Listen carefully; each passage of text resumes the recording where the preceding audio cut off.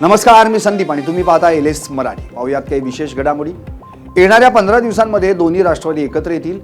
केंद्रात सुप्रिया सुळे मंत्री बनतील तर राज्य सुनेत्रा पवार बघतील। आमदार रवी राणांची भविष्यवाणी। सिंधुदुर्गच्या साळशी नगरीत भल्ली भल्ली भावईचा जयघोष। ढोल ताशांच्या गजरात भल्ली भावईचा जयघोष घुमला। उत्सवात नागरिकांची मोठ्या प्रमाणात उपस्थिती।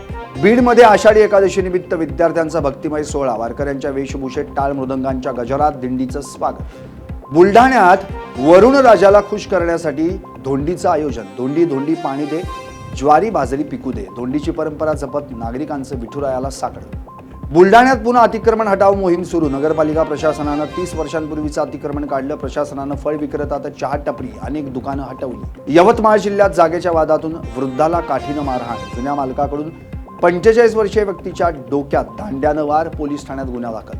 विदर्भात शेतकऱ्यांच्या आत्महत्येच्या घटनांमध्ये वाढ। पश्चिम विदर्भात जानेवारी ते जून या 6 महिन्यांमध्ये तब्बल 415 शेतकऱ्यांची आत्महत्या। बीडच्या धारूरमध्ये लग्नाचा आमिष दाखवत तरुणाची फसवणूक। तब्बल 2.5 लाखांचा घातला गंडा। धारूर पोलीस ठाण्यात मायलेकी विरोधात गुन्हा दाखल। कल्याणच्या शहापूरमधील आंबिवली गावात अज्ञात व्यक्तीकडून भात रोपांवर तणनाशक औषधाची फवारणीनंतर भाताची रोपं करपली। शेतकरी हवालदिल।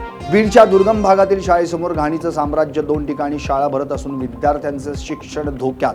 पालकांचं आमरण उपोषण सुरू। आणखी काही विशेष घडामोडींसाठी पाहत राहा एलएस मराठी।